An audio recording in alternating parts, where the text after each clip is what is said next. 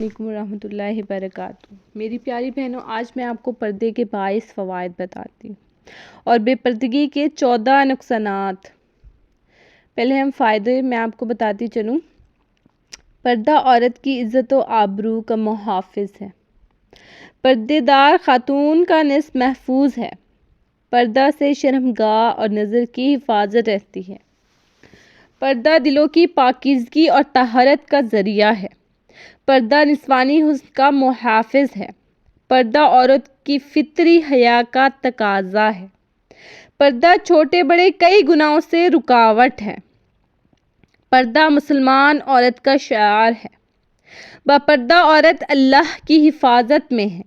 باپردہ عورت اپنے رب کے زیادہ قریب ہے۔ ماشاءاللہ۔ پردہ عورت کے لیے افضل ترین اعمال میں سے ہے۔ پردہ شیطان اور اس کے اعلی کاروں سے بچاؤ کا ذریعہ ہے۔ پردہ شیطان اور اس کے اعلی کاروں سے بچاؤ کا ذریعہ ہے۔ پردہ لباس عزت کا تمغہ اور حیا کی دلیل ہے۔ پردہ عورت کی فاسقوں اور شرارت سے محفوظ رکھتا ہے۔ پردہ انسان نما بھیڑیوں کی تیز نظروں سے بچاتا ہے۔ پردہ عورت کے دل و دماغ کا محافظ ہے۔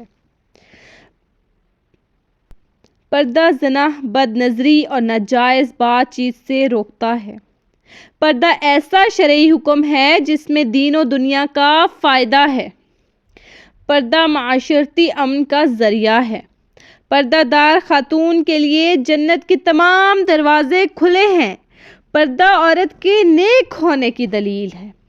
پردہ دار عورت نیک عورت 70 اولیاء کی عبادت کے برابر اجر کی مستحق ہے۔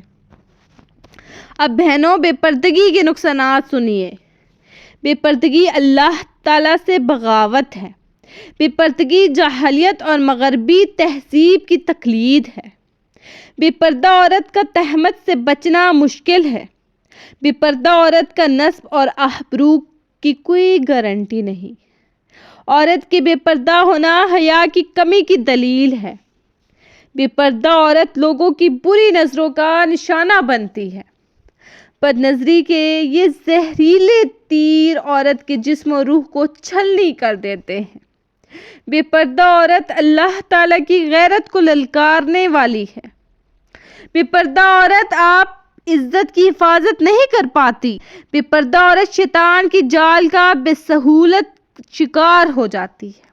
بے پردہ عورت باہر نکلتی ہے تو شیطانی حملہ کی زد میں آ جاتی ہے۔ بے پردہ عورت ہر وقت اللہ کی ناراضگی میں ہے۔ بے پردہ عورت پورے معاشرہ اور ماحول کی خراب کرنے میں برابر کی شریک ہے۔ بے پردہ عورت قبر کے عذاب میں مبتلا رہے گی۔